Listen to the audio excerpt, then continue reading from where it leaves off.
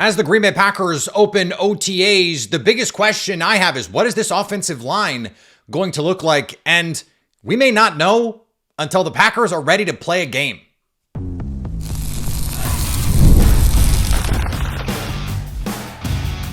You are Locked On Packers, your daily Green Bay Packers podcast. Part of the Locked On Podcast Network, your team every day.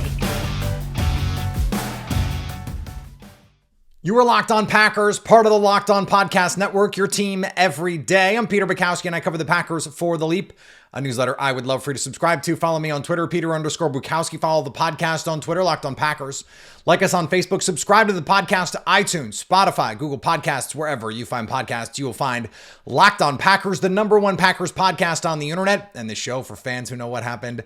They want to know why and how, thanks to everyone who makes Locked On Packers their first listen every day. We hope you like starting your day with us as much as we like starting our day with you. Organized team activities, or as they are known, OTAs, they started. We're here. The Packers are doing things on the football field. We're back already, kind of. It's fake football, but we're back. And we're already trying to figure out what's going on? Where is this team going? What are they trying to tell us already? Now, day one. Okay, so we're not going to overread anything that we saw from the Green Bay Packers on day one of OTAs. But I want to flag a couple stories as we move forward here because they are things we are going to want to monitor moving forward. It starts with this offensive line, and I think they are going to run the gamut on different options that they're going to try. Without Elgton Jenkins, we saw Jacob Monk and Sean Rhyan work at center.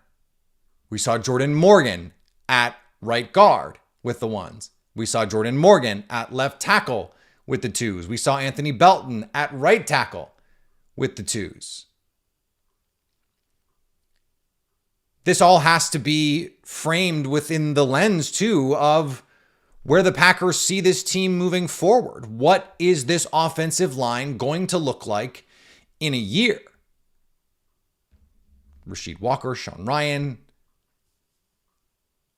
I'm wondering, and look, again, this is one practice. But with Jordan Morgan working again at right guard, that could just be, okay? We're not going to overreact to one day of practices. It could just be no Elgton Jenkins. Jordan Morgan was a right guard last year in camp. Now, he played everywhere in OTAs and into training camp, but then kind of locked into that guard spot. That's where he has got the most reps and where he probably has the best chance to play this year. Maybe. Is it where they want him to play long term? Maybe. I think they want to give him every chance to win that left tackle job long term. But what if his best position is ultimately at right guard? Well, Anthony Belton at right tackle, not getting work at guard yet. Okay, what if Zach Tom is the left tackle of the future in Green Bay? Would that be so surprising? Zach Tom has always been built more like a left tackle in terms of the traditional body type. The right guard the right tackle is usually, this goes back to like the 90s and the 80s when you're more likely to run to the right. And so you wanted more of a run blocker on the right. You want your better pass protector on the left side if you have a right-handed quarterback, because that's the quarterback's blind side. Zach Tom has always been built more like a left tackle by those traditional standards. Anthony Belton is 6'6", 336. He is clearly built more like a right tackle. And you look around the league and you see left or right tackle. There are some big dudes playing tackle in the league right now, but the right tackles, and we're talking about Penei Sewell. Those guys are big, physical, imposing presence. That can be Anthony Belton. And then you have Jordan Morgan at right guard. If I were just trying to put together the two best tackles on this team, I think long-term, the two best tackles, especially if you're not going to pay Rasheed Walker, are Anthony Belton and Zach Tom. I don't think Jordan Morgan is an NFL tackle, but I'm bringing my preconceived notions into this. I'm bringing in my draft priors and the way that I felt about him coming to Green Bay, that this was more a play for him to be an interior offensive lineman. We had Mike Renner on the show who said he thinks Jordan Morgan is a potential Pro Bowl All-Pro kind of interior offensive lineman, guard, and a potential elite guard. I also think that is where he is better suited to play. So it's not surprising to me. Jason Hirschhorn wrote about this for The Leap, a newsletter I would love for you to subscribe to, that this is the way that they would handle this in the moment. Again, it could be nothing. So this is not about one day of practice. One day of practice got the wheels turning. It got me thinking. And we've talked about a million different machinations of this offensive line moving forward. I don't know that we've ever discussed, and I don't know that I've seen it discussed at any sort of length anywhere, this idea that Zach Tom is actually the left tackle of the future, and that you get him signed this year as a right tackle and then move him to left tackle. You're probably getting plus EV there on that if he is the player you think he can be. But I said on the radio the other day, we talked about this on the show, I think I was a little over exuberant on Zach Tom's 2024 season. And even he admitted to it not being quite at the level that he wanted it to be. And that the injury, he was not 100% confident in that side of his body where he tore his pec, didn't have full confidence in that hand. Being able to work your hand independently, one with the other, is something that I think is a mark of an elite offensive lineman. Feeling comfortable being able to do that single hand punch to keep guys at bay and control defenders that way. I think you could see an elite season from him at that spot. And I think an offensive line, like all that would be with the idea that Elgton Jenkins is your center. And that makes a lot of sense to me. I mean, the amount of people moving you could do on the inside with Aaron Banks, Elgton Jenkins, Jordan Morgan, then Anthony Belton as your right tackle, and Zach Tom as your left tackle. I mean, that is an elite offensive line. That is the kind of offensive line that at least has the potential to rival Philly and Detroit. I don't know that at this point in their careers, we're going to see a big enough jump from Sean Ryan and or Rasheed Walker to justify that. But I think Jordan Morgan can be a really, really, really good guard. I mean, I think Sean Ryan can be a really solid guard too. I think he can take a step forward, certainly after year one, made progress. He's a road grader. I think Jordan Morgan can be better in pass protection, or at least has more upside based on what we've seen, which is very little. It's more of the old Peter Griffin, like, oh, he could be anything. He could even be really good. He could even be as good as Sean Ryan, you know? But I like the upside of that version of the offensive line. Now, you could swap the tackles, have Anthony Belton play left tackle, have Zach Tom stay at right tackle where he's comfortable, but this is why maybe I would be experimenting with that a little bit. Now, can you do that with Rasheed Walker already on the team? I don't know. And it might be cleaner to just have Jordan Morgan be your left tackle of the future, Anthony Belton be your right tackle of the future, and Zach Tom be your center of the future, or have Anthony Belton be your right guard of the future. But again, I don't know if the value there makes the most sense, and I don't know if that's your best five in terms of everyone's best position. I would rather have Morgan at guard. So this is something that I think is worth monitoring as we move forward here. Okay, where are these guys practicing? Where are they practicing with the ones, maybe more importantly? And what does that suggest about where they want this all to go? Because the thumbs are on the scales here. Like Sean Ryan was outperforming Jordan Morgan at camp. Jordan Morgan barely practiced and still got every opportunity to go split time with Sean Ryan.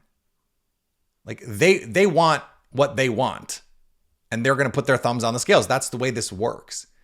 You're going to give those high draft picks that you really like from the front office standpoint, from a coaching standpoint, every opportunity to succeed. Guys that are going to be outgoing free agents, they might not get those same opportunities. So this is something that we have to monitor. Who is getting the snaps with the ones? Where are they playing? When one person is out, who is filling in? And the offensive line, I really believe, This is going to go into training camp.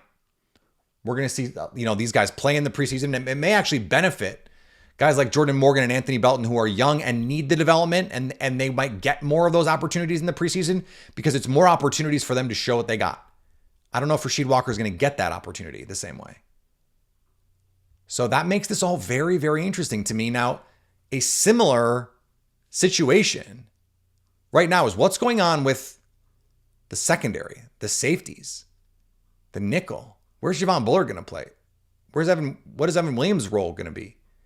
How does Jaire Alexander's return throw that into question? There's a lot to parse there, and we'll do it next on Locked On Packers. The NBA playoffs are in full swing, and every night delivers highlight-worthy performances, major momentum swings, and can't-miss moments. Whether it's a game-winning shot or a breakout player, there's never been a better time to get in on the action. FanDuel makes it easy to stay in the game before tip-off and live with player props, performance trends, same-game parlays. You've got more ways than ever to play smart and win big. We know that the playoffs bring the best out of the best. Shai Gilgeous-Alexander. You've got Ant, Tyrese Halliburton, Jalen Brunson, Karl Anthony Towns. A lot of player props that you can combine into same game parlays. They're fun too. They really are. And you can get $200 in bonus bets to add to the excitement if that first $5 bet wins. New to FanDuel, it's the perfect time to sign up. Head to FanDuel.com and place your first $5 bet. If it wins, you'll get $200 in bonus bets. Make every moment more with FanDuel, official sports betting partner of the NBA. If Jaire Alexander doesn't come back, maybe this is all more straightforward. Xavier McKinney and Evan Williams are your starting safeties, just like last year. Nate Hobbs and Keyshawn Nixon are your starting outside corners. And Javon Bullard is your slot. And then you have the flexibility with Hobbs, with Nixon, with Bullard, to mix and match, depending on the matchups. But if Jaire Alexander comes back, and you have Nate Hobbs, who is a terrific slot corner, someone who, for my money, is a better cover player than Javon Bullard, well then, how do you handle all of that?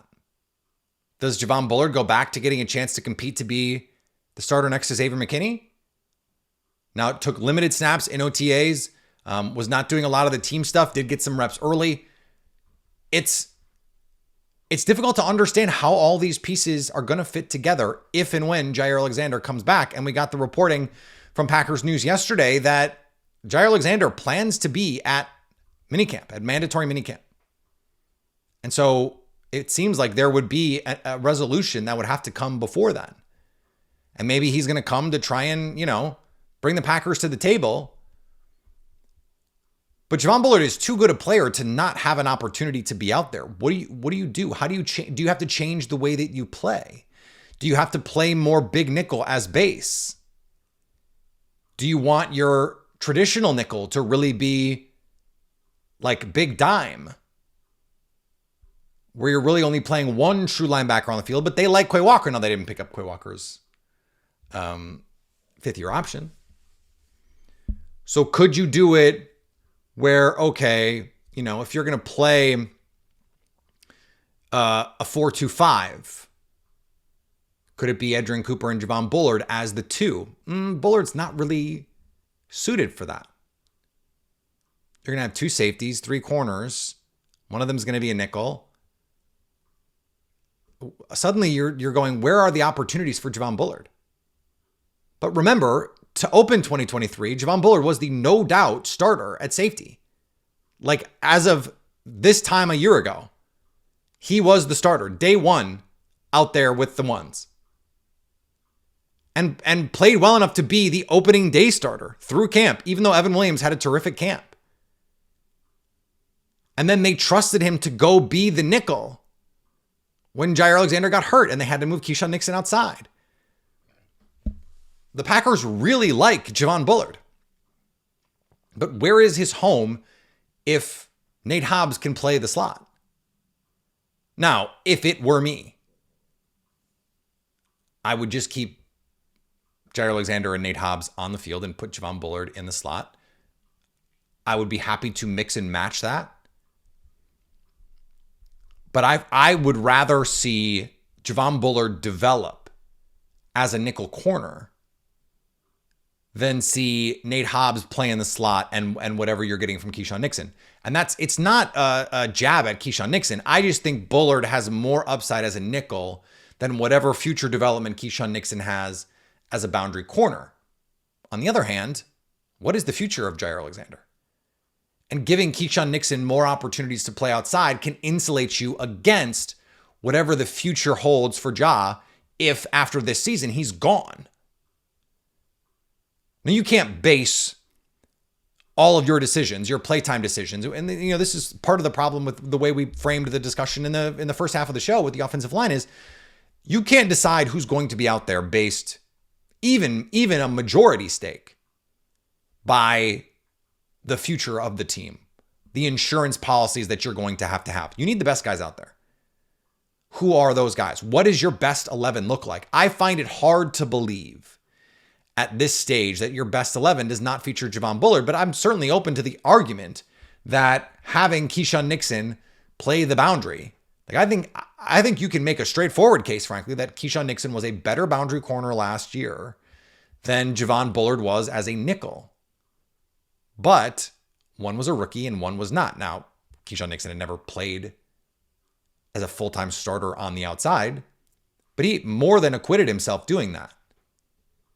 They're giving themselves a lot of opportunities here to be flexible, but does that flexibility, are you running the risk of having this jack of all trades, master of none secondary? What are you really getting? Have you over prioritized versatility? Well, if Jaire Alexander is back, then no. Because I think Nate Hobbs is just a good player. He can play on the outside. You can play him in the nickel. You can do whatever you want with him. Jaire Alexander is a no doubt boundary corner. And so then in certainly in base, you've got your two guys. And then in nickel, you figure it out. You've got a lot of good answers. And then if Jaire Alexander is not with the team, then yeah, Javon Bullard is your nickel. Like there's kind of no questions asked because it's Keyshawn Nixon, it's Nate Hobbs, and it's Javon Bullard. It was much easier to see those pieces fit without Jaire Alexander. If you're going to get, and now remember, okay, how many games? Even if you're going to bring Ja back, if he's going to be on the roster in 2025 and is going to be a starter in 2025, because if he's on the roster, he's going to start, how many games are you actually going to get him for? And how does that affect the way that you view Javon Bullard? You already kind of jerked him around as a rookie. Prepared to play safety. Got a couple reps as a nickel defender in the preseason. And then a quarter of the way into the year, you move his position, and now you're asking him to play an entirely different spot. And then for some of the games that Jaire is back for, then he's playing some safety and then playing not. And they had some weird rotations. We talked about this on Locked On Packers where it's like, okay, well, Evan Williams is now your starter. And so for the sake of ease, I guess he's just your nickel all the time and you're taking him off the field in base, which doesn't make sense because he was supposed to be the starter to begin with. And so it's like, okay, what is going on here? If you go into camp with the expectation that you're going to play Nate Hobbs as your nickel corner, then doesn't Javon Bullard have to compete with Evan Williams to be the guy next to Xavier McKinney? Because you want to give him a chance to be on the field. And I guess you just let that shake out the way that it does, because if you do lose Jaire Alexander, you have Javon Bullard to just slide in there. But it's more likely than not that Javon Bullard is going to have to play because Jaire Alexander is going to have to miss games because he just always misses games. And so don't you want him repping most of the time at nickel? This is not an easy decision, guys. Like that's why I'm feigning this scatterbrained approach here, because I don't know what the right answer is. I don't know what the Packers are going to do here. And I think that's going to be fascinating. How do they approach this? What is their preferred 11? Like if they could just wave a magic wand and say, these guys play well enough to win the jobs, what would they like it to look like? You're never going to get Jeff Hafley to answer that on the record. So that makes this an actual training camp battle. And it's going to be a philosophical battle too. Like, what is the actual intended group here? What would the Packers like to see happen? We don't know. We don't know. Hopefully the players just sort it all out. It's a good problem in that you've got more players than you really have spots for. And in this secondary, that is not something you could say last year at all. Now, by the end of the season, they were playing really good football. But it was still very, very thin. You were still relying on Eric Stokes to play some snaps and dime. It was tenuous. You have more depth now. You have more flexibility now. But can you take that versatility and translate it into high-level play? That's going to be the task for Jeff Hafley and these guys. Evan Williams, you'd love to see him take a step forward. Javon Bullard, you'd love to see him take a step forward. Keyshawn Nixon, man, you'd love to. What a great story it would be. Just gets opportunity, like never got a chance to return kicks, becomes an all-pro kick returner. Never really got the chance to be a full-time defender, wins a starting job as the full-time nickel. Then gets trusted to play outside and plays pretty well. Like went from a special teams only player to a special teams ace and defensive starter in sub to a bona fide defensive starter. That's quite the run. It's quite the story. And it would be really cool if he took another step forward and all of a sudden became a really good boundary corner. It would be really cool and it would be very good for the Packers. Win-win. Now let's clear up this Jaden Reed stuff because he did. This is nothing to see here, but we have to see here about it a little bit.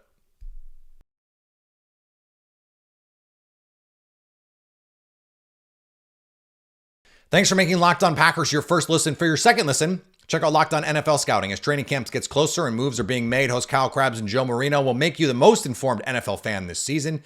Find Locked On NFL Scouting on YouTube or wherever you get podcasts. Jaden Reed spoke to the media about the reports. And the report was that his new agent spoke to Brian Gutekunst about his role. And the clarity that we got was that discussion actually took place before the NFL draft. So this was not about Matthew Golden and Savion Williams. This was a player gets a new agent. The player says, or the agent says, I'm gonna do this for you. I'm going to check in with them. I'm going to see what your standing is in the organization. I want to make sure everything's good here. That's the pitch a good agent makes. Hey, I'm going to let you know everything that I can do for you. And it starts with, I can be your go-between with the front office. Let me lobby for you. And then it gets reported as, Jaden Reed wanted to make sure he's in good standing with, and that is apparently, according to Jaden, not exactly how this played out. That he just wanted to make sure everybody was on the same page here. And then they draft two receivers. Now it sounded like, at least the way that it was reported, was that everything is good and that Brian Gutekunst assured the agent in this case that everything was fine, that they love Jaden Reed, and they do. Then the two receivers get drafted. Now Matt LaFleur has praised, and then did again yesterday, praised Jaden Reed, his willingness, his desire, not just willingness. There's a difference. His desire to help these young receivers, to take them under his wing and be that guy for them. He's a leader. Like if you're going to build your team around one of these receivers, culturally, that's the guy. Now, I don't know if he can be that true number one, but I've been saying this and I will continue to say it. I don't know why he can't be Amon-Ra St. Brown. He's more explosive, can do more vertically. Can't you find ways to give him these little opportunities to run these option routes? To get open as an outlet and then go run after the catch. Could you use Matthew Golden like Jameson Williams as that field stretcher? I think Matthew Golden, I said this on X and Blue Sky, that I think you can actually take a lot of lessons from the Chiefs in the way they use Xavier Worthy. Again, not a refined route runner, not a someone who's going to win with separation and nuance versus man coverage, but is someone who, from alignment, from structure, can give you opportunities. I think you can do that with Jaden Reed too. And they already do. I mean, they do some of the gadget stuff. Now, how does Savion Williams' development impact the way that you view Jaden Reed's role in this offense? I would love for it to mean he's going to get more opportunities to play outside, or at least more opportunities to be a real receiver, because I think he can do more as a real receiver. I also don't want to take those opportunities away from him just because Savion Williams might also be good at them. Like when Rashee Rice comes back for the Chiefs, is he just not going to get those crossing routes because they gave them to Xavier Worthy? No, they're going to give them both those opportunities because they're both good at them. Give your players opportunities to do the things that they are good at, while also giving them the freedom, giving them the opportunity to show they can do more, that they're capable of expanding their game. And you're not going to know that until you give them those opportunities. Keyshawn Nixon, perfect case in point. If you don't give him a chance to return kicks, how do you know he's an all-pro kick returner? If you don't give him the chance to win a starting nickel job, how do you know that he's capable of doing that? Now, did I think he was great at it? No. He was a better boundary corner last year than I'd ever seen him play nickel. It's better suited to him and his athletic type, his athleticism, the way that he moves. It's just more suited to being a boundary corner. Jaden Reed has more to give as a receiver. Now, he also has more development. I'd like to see him get open versus man coverage a little bit better. I'd like to see him get off press a little bit better. Those are the questions. That would be the reason why you'd worry about him outside. He's twitchy enough to do it, though. He kills zone coverage. He is their guy against zone coverage. It's why he was the big guy against the Eagles. He was going to be again. They had a lot of stuff in for Jaden Reed in that second Eagles game. You look at the Vikings game, both of them, the Houston game, heavy quarters, heavy zone coverage teams, ends up being a little bit more match, a little bit more man coverage with Houston and Minnesota, but that's what he's great at. If he can expand his game a little bit more man coverage opportunities, but you got to give him those chances to go win one-on-one. See if he can do it. And if he can't, that's why you have all these other guys. That's why you have Matthew Golden, Dontavian Wicks, Romeo Doubs, Savion Williams, Bo Melton, Nicole Hardman. Like, you've got guys. And that's the last part of this. There's a trade coming. It just doesn't make sense to try and go into the season with this receiver room. You've got 3 veterans who all feel like they should get the ball. All of them had 70 plus targets last year. None of them had 80. And then you got Christian Watson, plus 2 top 100 rookies. That's 5 receivers before we even get to Bo Melton, Nicole Hardman, and Malik Heath, who have, been role players on this team and then on a multi-time Super Bowl champion team in Kansas City in the case of Hardman. All of them are going to feel like they should be out there.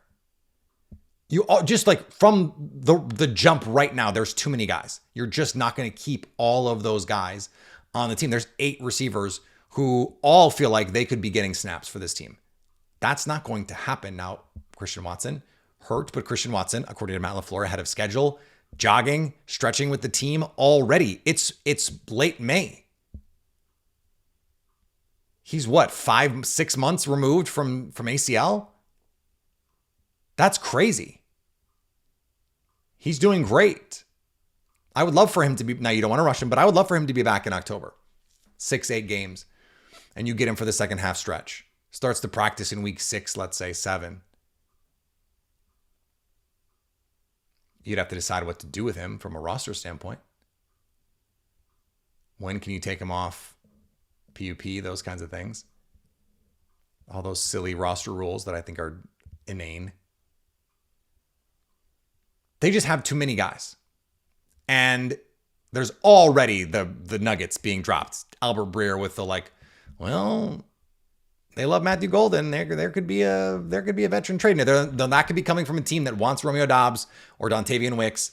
It just wants to start trouble. It could be that. Or it could be someone in Green Bay priming the pump here. Going, hey, if you want one of these guys, maybe make a call. Because Romeo Doubs can be had. Dontavian Wicks can be had. I don't think Jaden Reed. I think they'd probably like to keep him. But one of those other two guys, especially because you have the institutional knowledge that Bo Melton and Malik Heath have. You've got the veteran Mecole Hardman. No one's probably going to trade for any of those last three guys because you're not getting a lot of upside there, but you're probably getting something from Romeo Doubs, from Dontavian Wicks especially. I wouldn't want to trade him. I think a trade is coming, and that's gonna help sort this out too. There's probably another injury coming. Stuff's gonna happen. Bob McGinn loves to say you almost never actually have too many players. Well, the Packers right now have too many receivers, even though they don't have, ironically, this is 10,000 spoons when all you need is a knife. They don't have any ones, at least that we know of yet. We'll see. But they've got a bunch of 2s and 3s. Well, there is a point where you can have too many 2s and 3s. Even setting aside the not having the one part, you just can't have that many guys who feel like they should be getting 70 plus targets a year. There's 5 guys on this roster already who feel that way. And that's healthy guys. That doesn't even count Christian Watson, who's going to come back and feel like he should be a part of this offense too. That is a disaster waiting to happen. And I think you got to head that one off. And you hope Matthew Golden and Savion Williams look good enough that you go, yeah, if you need those guys, you can count on them. Take what you can get for Romeo Doubs. We'll see. Back tomorrow, more from OTAs, more from the offseason as we get through rookie orientation series. Those are coming. We are going to have a modified schedule, not next week, but the week after. So just keep an eye out for that. May not be full 5 days a week, June, July. Our regular offseason is we go to 3 days a week, June into the first 2 weeks of July. We will probably not do that. That's the company policy, but we will probably have more shows than that. But I'm just letting you know that this is where it starts to slow down a little bit. But come on, mandatory minicamp is in there. We're probably going to get a resolution to this Jaire Alexander stuff. There's still plenty to talk about here. So we're still going to have plenty of Locked On Packers for you. Follow me on the social medias. Follow the podcast on the social medias. Subscribe wherever you get podcasts. Leave a rating, leave a review. Go subscribe over on our YouTube page. You can watch us there so you can stay Locked On Packers.